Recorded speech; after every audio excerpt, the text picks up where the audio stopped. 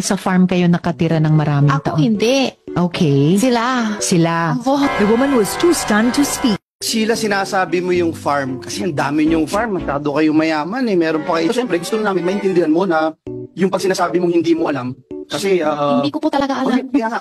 Kaya sabi ko, gusto mo na maintindihan papuntang Malaysia na may aeroplano naman. una hindi siya sabi sa akin na punta Malaysia. Oh. Ang sabi nang siya sa akin, samahan ko siya.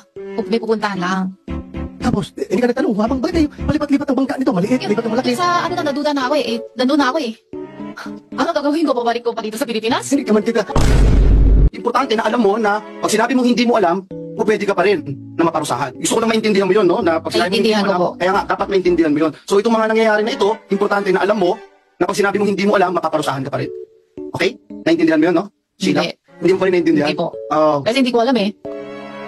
Nalito ako, Sheila, dun sa isang sagot mo kay Sen Joel kanina lang. Nalito, yata kami pareho ni Sen Sherwin. Hindi kayo magkapatid sa tatay ni Alice, tama? Kapatid tatay Alice, hindi siya tunay na tatay. Ano po? Kung mga kapatid kami dalawa ni Alice, pero yung tatay niya, yung tatay hindi tulay ng tatay ko, yung tatay niya. Tatay-tatayan. Tatay ni Alice, yung tunay na tatay ni Alice, tsaka yung tatay ko, hindi. Iba. Ano ba? Hindi kayo talaga magkapatid ni Alice, whether sa totoong nanay mo o sa totoong tatay mo.